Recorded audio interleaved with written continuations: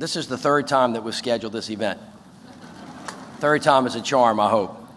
But we do want to keep in our prayers my good friend and our good friend, our Congressman Steve Scalise, who was returned to ICU today. So I want to just ask everybody for a moment of silence on his behalf. We love him and we lift him up with our prayers. So I want to thank all of you for coming. 7 years ago, when I gave my first State of the City address, we called that speech Eyes Wide Open. The basic message was that we inherited a mess and we needed to change course. They were uncertain. They were chaotic times. We had a $97 million deficit. It threatened to put our city into bankruptcy. Our police department was already broke. It was dysfunctional.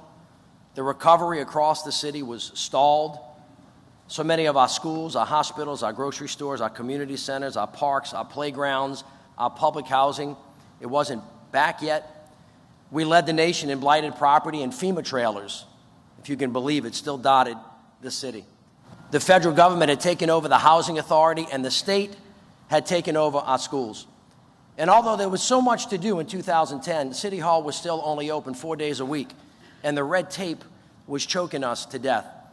The Department of Justice with the FBI zeroed in on both City Hall corruption and police misconduct. The BP oil spill was a dagger to the heart of our land, to our food, to our business, to our jobs. And all the while, our working people suffered the terrible effects of the Great Recession along with the rest of America. It was a mess of epic proportions.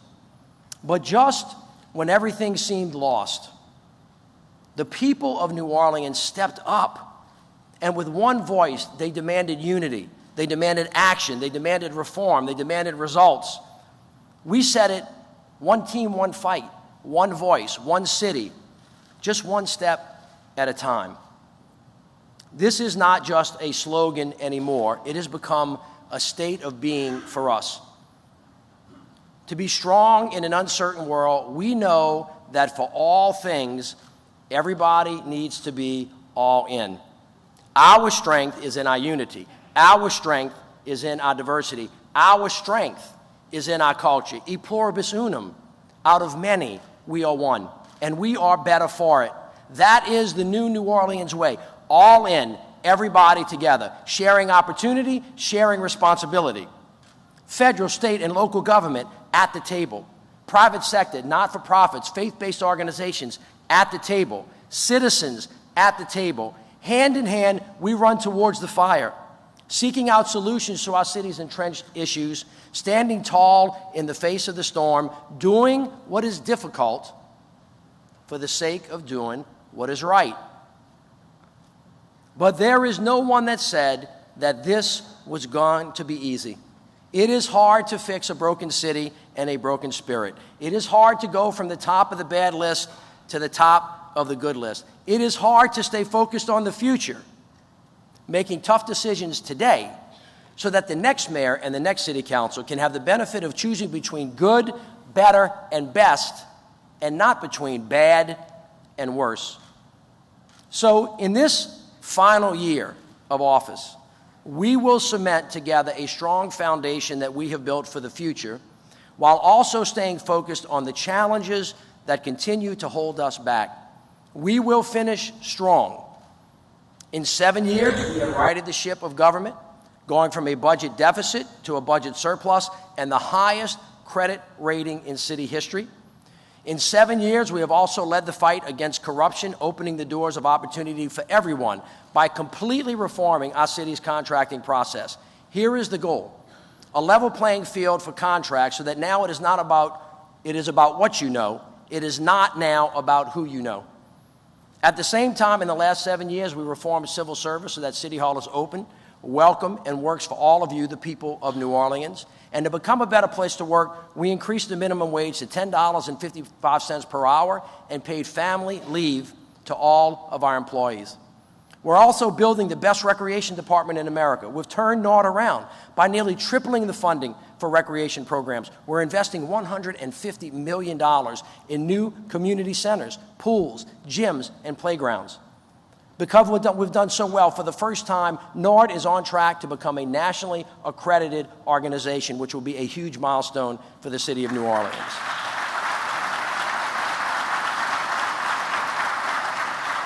At the same time, we're investing $2 billion to rebuild or renovate every school in the city, and for the first time since Hurricane Katrina, our schools will be back under local control. Our teachers, our principals, our students, they're all doing great work. Graduation rates are way up, dropout rates are way down, the achievement gap has closed, more kids are going to college, and for those kids that are not going to college, we're working to connect them to jobs. It's all about setting our kids up for success and ensuring opportunity for them, both as children and as adults. For too long, our young people, after finishing school, had nowhere else to go for opportunities and jobs. Today, the unemployment rate has been nearly cut in half from its peak in 2010. In over 7 years, our more vibrant economy has created 20,000 new jobs, and we have opened up 140 new retail businesses in the city of New Orleans. And if you don't believe me, you can see me at Costco this Sunday.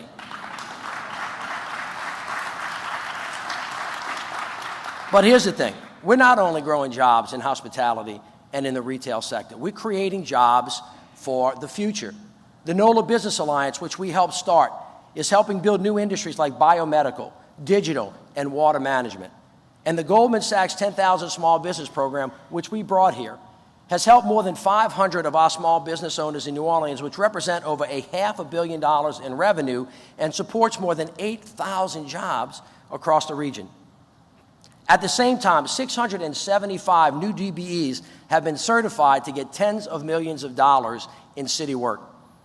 And finally, our workforce development program, Strive, in partnership with the Surgeon Water Board and Delgado, have trained hundreds of residents and are putting folks back to work.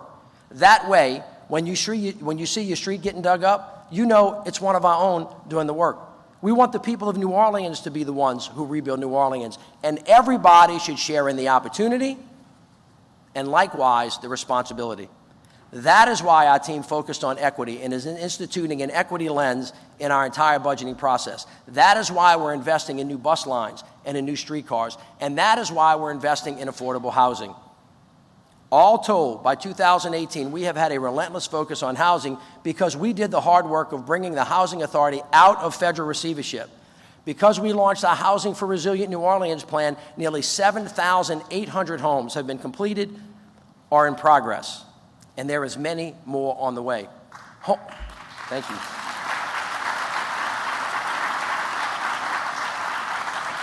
Homelessness is down by 80%. And Dylan, thank you. We were the first city in America to functionally end homelessness for veterans in the streets of America, and we did it 1 year early. Thank you to our veterans. But we clearly have more work to do. So we're building a new low-barrier homeless shelter at the old VA hospital. And that is not the only long-envisioned project finally coming to fruition in this city. Susan the Lafitte Greenway, it's blowing and gone, thank you. And now housing, retail, bars, restaurants are popping up along the 3.1-mile linear park. The University Medical Center, the VA, the New Orleans Hospital, James, thank you, have opened in the past few years. And now there is a new biomedical corridor in the heart of New Orleans and a new asset in the east that can provide jobs for our residents and great healthcare security. We're redeveloping the World Trade Center for the new Four Seasons.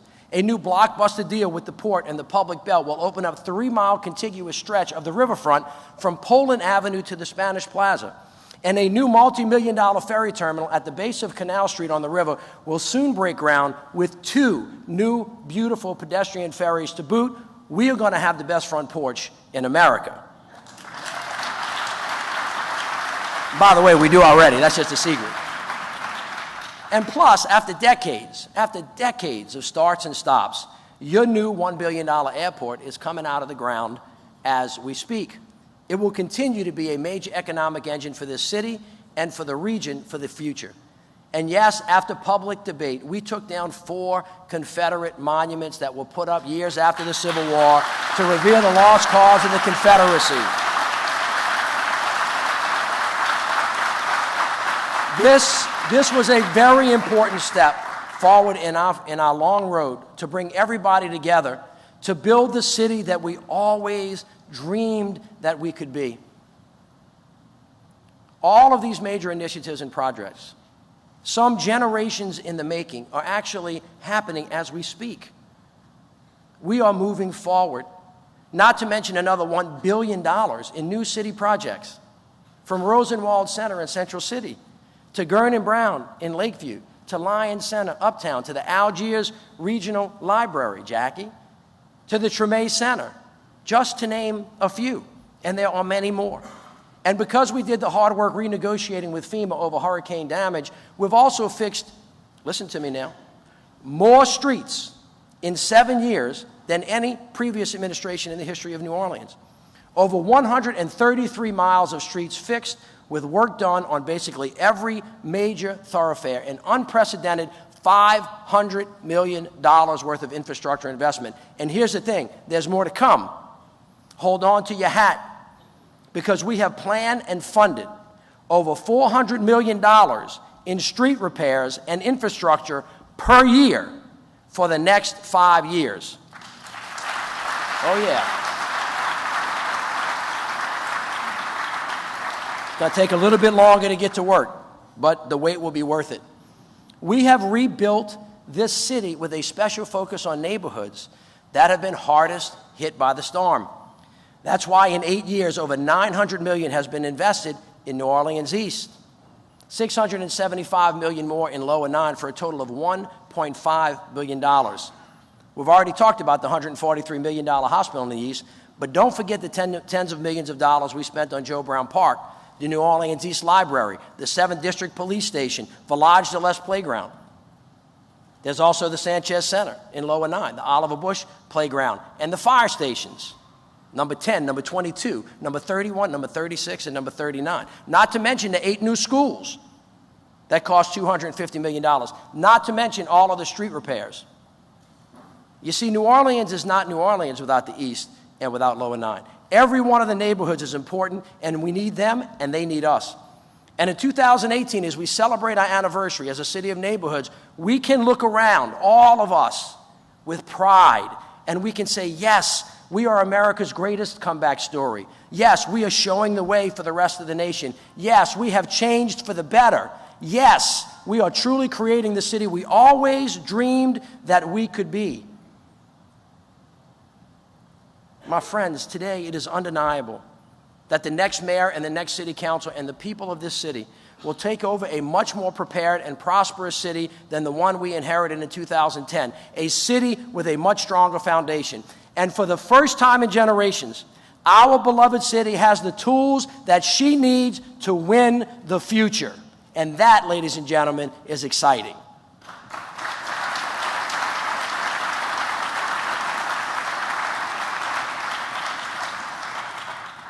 But here's the thing. With our eyes wide open, let me be really clear. We are still not where we need to be. It is, as the Haitian proverb says, beyond every mountain, there is another mountain. More work, more sacrifices needed to address a number of our ongoing challenges in this city concerning jobs, concerning schools, concerning housing, concerning streets, concerning infrastructure, and so much more. And there is no doubt in my mind that together as a city we will continue to make great progress. There are solutions to all of these problems if we have the courage to lead. But all of those issues that I just talked to you about, all of them are dwarfed by 2 existential and immediate threats that are at our door and threaten our very future. The first, and we have to remember this and understand and know that our beloved city is a coastal city. We are, in fact, surrounded by water. The land that we live on is sinking. Our coast is eroding. The sea is rising. Weather patterns are changing rapidly and dramatically.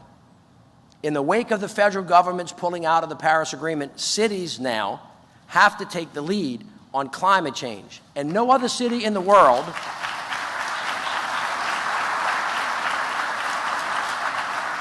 there is no other city in the world that has more at stake than the city of New Orleans. So tomorrow we will release our own climate action strategy, which includes 25 specific actions, thank you, that will cut emissions in half by 2030 while also creating new jobs for the future. However, in New Orleans, we need to go a step further, not only to address the global problem of climate change, but also the grave challenges of restoring our coast. Anything less would be a betrayal for future generations. The wetlands that provide New Orleans protection from the storm or define our food, our culture, and economy are disappearing faster than any place else in the world. It's happening now. But unfortunately, the debate over coastal restoration has presented us many false choices. We shouldn't have to choose between our homes, our land, and our jobs. If we drill, we have to conserve.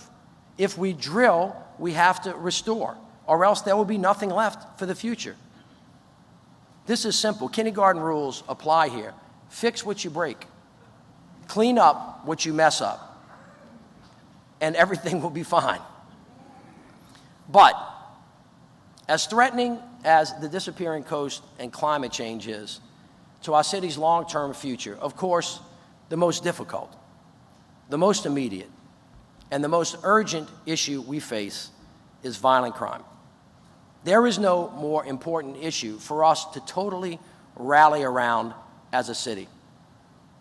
Now, when I was running for mayor in 2010, you may remember I said, I know what to do, and I know how to do it.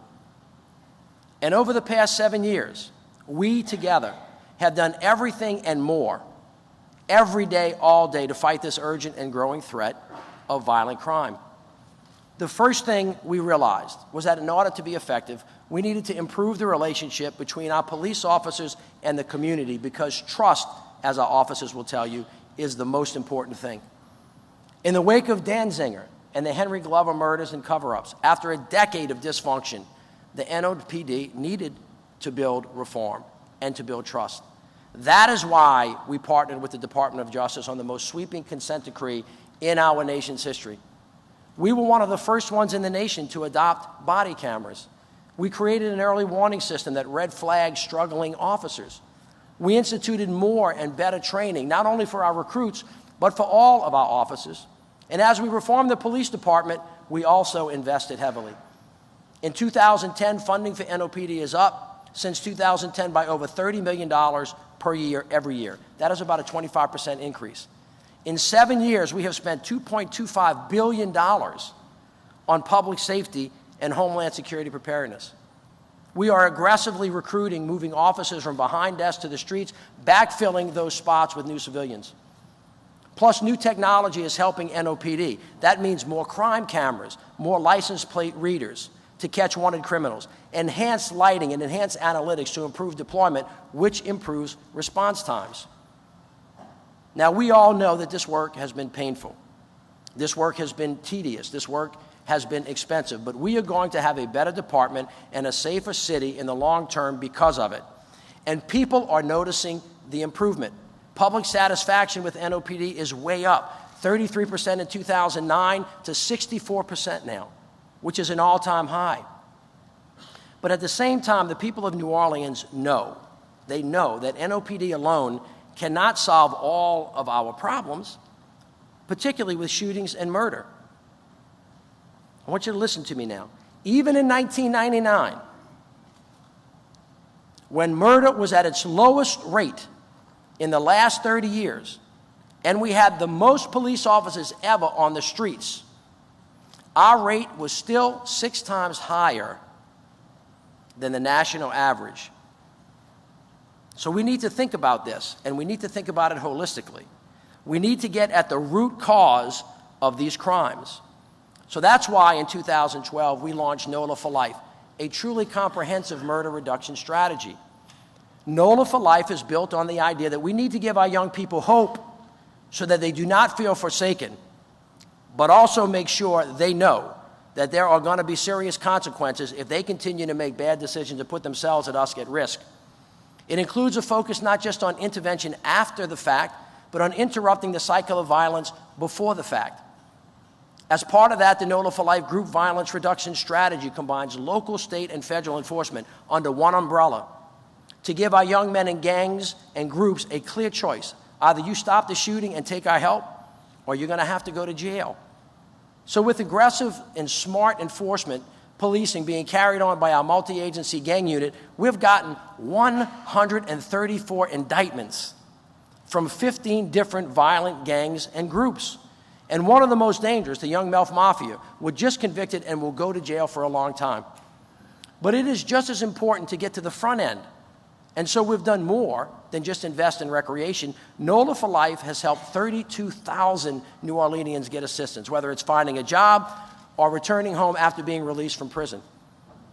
As part of that, Ceasefire New Orleans has focused specifically on interrupting violence in Central City by mediating neighborhood beefs that threaten to turn violent. We've also launched a wildly successful midnight basketball program, which on Saturday nights has brought in off the streets 8,000 of our young people and spectators.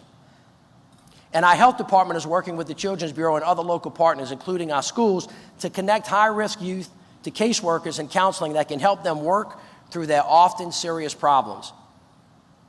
NOLA for Life also recognizes that high crimes go hand in hand with low opportunity.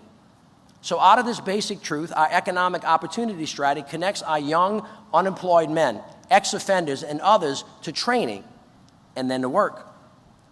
But let's be honest, we're just beginning, and we need to do so much more, because here is the truth. If our young people don't have good opportunities, if there is no other pathway to real prosperity than crime and drugs, we will continue to be cursed with this same violence that this city of New Orleans has been cursed with for generations. In recent years, we've knocked down the percentage of African-American men not working from 52% to 44%. But to keep driving that down, we really need the whole system to change, social and economic. Another piece of the puzzle is criminal justice reform. The hangover from Jim Crow is a criminal justice system that disproportionately impacts people of color and the poor. Now there is a bipartisan national movement to reorient the system to focus on violent crime, moving away from jailing people for petty offenses, which breaks up families, destabilizes communities, and hurts more than it helps. For generations, we have had more people in prison in Louisiana than anywhere else in the free world, and we've typically had more crime in our state than anywhere else. Highest incarceration rate, highest violent crime rate. Something's not working. And with 63% of the city's $614 million general fund budget going to public safety and preparedness, it's costing us a fortune. Anybody can figure out that that's not sustainable. That is why all elected officials, and I mean all, need to get on the same page regarding criminal justice reform. This is about being tough on crime, and it's about being smart on crime. We can do both, and we are. We are nowhere close to where we want to be. But in 7 years, we have implemented a series of reforms dealing with the use of summons for nonviolent offenders, pretrial services, building a right-sized and constitutional jail, robust reentry services, and juvenile justice reform. So making the city safe is more than just getting tough. It's more than police, prisons, and guns. It's about improving schools. It's about investing in recreation. It's about investing in prevention. For example, last year in New Orleans, the opioid epidemic took more lives in the city of New Orleans than murder. It is one of the drivers behind the spike in crime. So in the coming weeks, we're going to lay out a strategy to deal with our part of what is obviously a national crisis. But here's the thing. I understand that long-term solutions are not enough. They're not enough for you. They're not enough for me. No one is happy with where we are. People are afraid, and I understand the impatience and the fear given the surge in trends in violent crime in the recent months. It is very disturbing, and it is totally unacceptable. One of the greatest lessons I have learned as mayor is that after so many decades of violence and dysfunctional, old patterns of behavior are hard to break, no matter how much you throw at it. The easy thing to do is to point fingers and to start blaming each other. Now, while the question of fault could go on forever, the question of responsibility can be resolved today. We're all responsible. There is no quick fix. There is no simple solution that can permanently improve everything, Judge. You know that. If there were, after 5 decades of high crime, somebody would have already figured it out, and we would have done it by now. So in the short term, we are going to double down, and we're going to fight back aggressively. And here is what we are going to do, and here's what we're doing. We are going to further up overtime in our most affected neighborhoods so there are more cops doing proactive, aggressive, constitutional policing, targeting drug dealers and violent criminals. We're also going to beef up our partnerships with other agencies that are already in the fight, from the universities to the U.S. Marshals to the state police to probation and parole and our federal partners. NOPD has also expanded the Tiger Armed Robbery Unit to focus on violence. And because of the great work by your NOPD, in June, with the help of the community, we made 125 arrests for serious crimes, from human trafficking to murder. We ended a string of 8 armed robberies and carjackings, arresting 9 people. When there was a quadruple shooting in the East, our detectives got to work and arrested the perpetrators right away. And last week, when 2 tourists were brutally assaulted in the French Quarter, it just took us 72 hours to find the 4 perpetrators. Meanwhile, on the other side of town at nearly the same time, officers were making a separate arrest for the Gertown murder. And today, federal agents and NOPD officers tracked down, arrested, and indicted 2 people for the June murder of an armored truck driver during a robbery on Tulane Avenue. That is great work. And to the men and women of the NOPD, I want to applaud you. Thank you very much.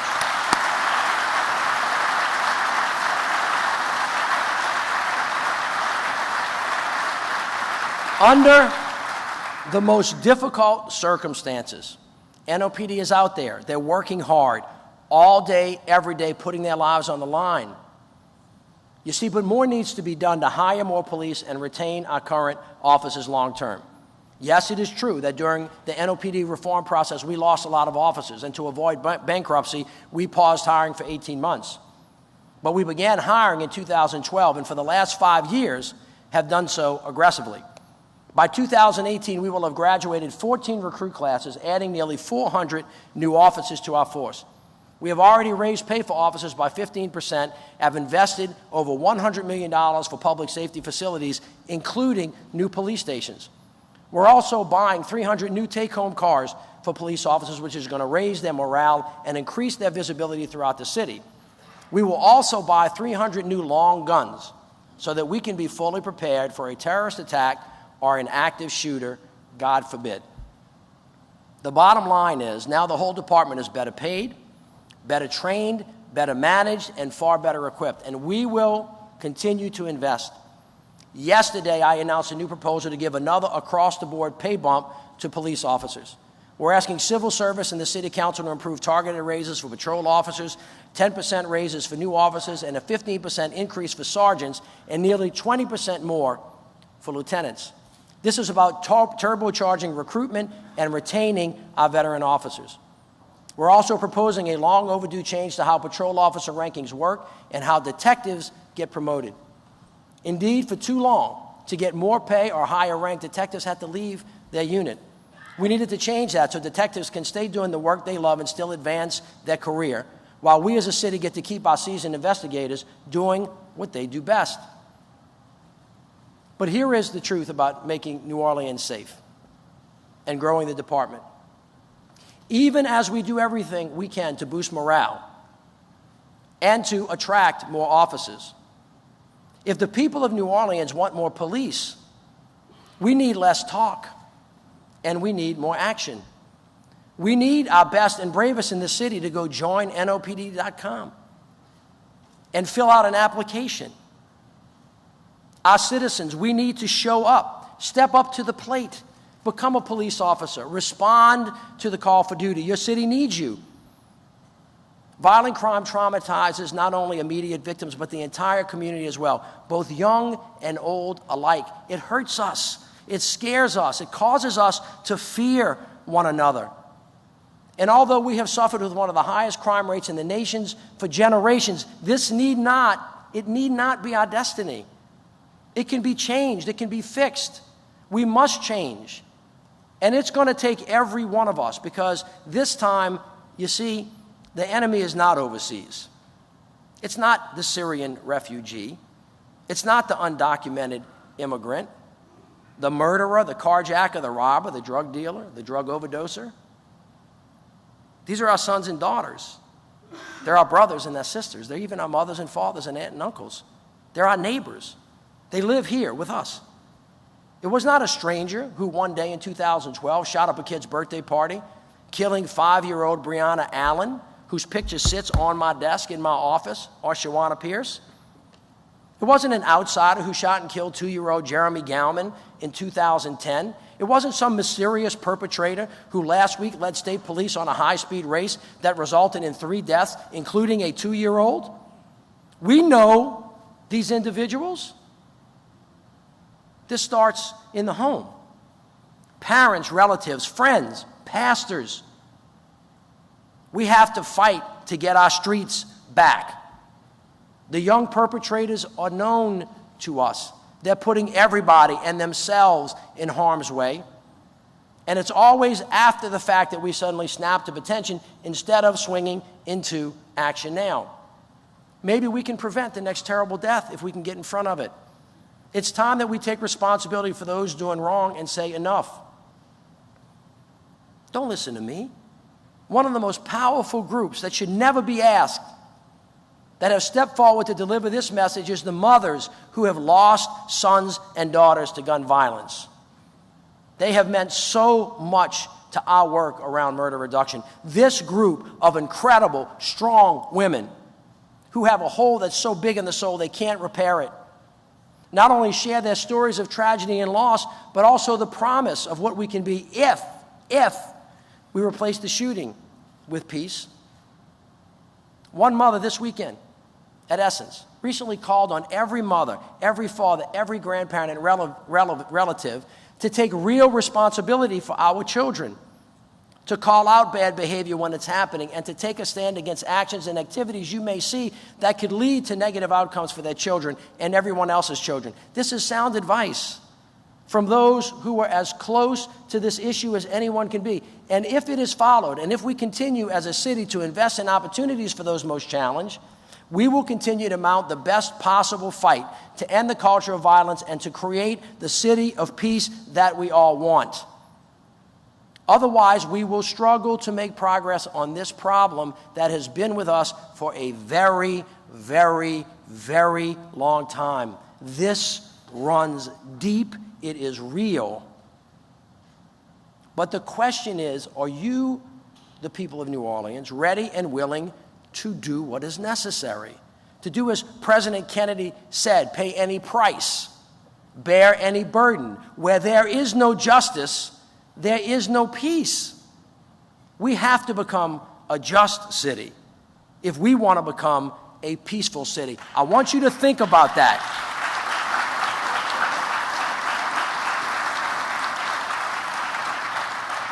I don't want anybody to get angry or upset. I just want you to think about it. Where there is no justice, there is no peace. In closing, let me say that this fall's elections are really one of the most important in our lifetime. And so I will be fully engaged and very active, ready not only to sprint through the finish line of our own term, but also to speak the truth about the challenges that we face and what should come next. We have fixed a lot. Our city is headed in the right direction. Our foundation is really strong for the future, but make no mistake about it, there is hard work that remains to be done. If there were a simple, readily available solution to our complicated problems, we would have already done it. And I would remind all the candidates of something that I hope that they already know, that the people of New Orleans are really smart. I hear you. They know this city. They know what needs to be done.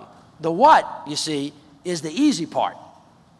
What we need to hear the new candidates tell us is how they plan to take on these difficult challenges, how they're going to do what they say they're going to do, how they're going to pay for it, how long it's going to take to get done, how's it going to look when it's finished. That means details, not sound bites. After 7 years of hard work, we are now reaping the benefits of some of the foundational changes that we have made. We have brain gain, top places for millennials, one of the most improved places for business, Silicon Valley on the Bayou, $8 billion in new investment, 20,000 new jobs, record numbers of visitors, record tonnage at the port, record public investment, record high property values, and I could go on. But our challenge for the next year and beyond is to continue the progress, build on this strong foundation, go forward and not backward. So as we come to a close, let me say that it has been the greatest honor of my life to serve as your mayor. Always remember that together, we are the ones that rebuilt this broken city. Together, we have laid a solid foundation for the future and are now positioned for growth like never before. Together, we were the ones who came back strong when no one thought we could. Promises made, promises kept. Our feet may be weary, but our soul is strong. The way we end is the way we started is the way we ended, strong. We are one team, we are one fight, we are one voice, we are one city, taking one step at a time. Ladies and gentlemen, the future is ours for the taking. Our best days are ahead of us. So let's get back to work. Thank you, and God bless you all.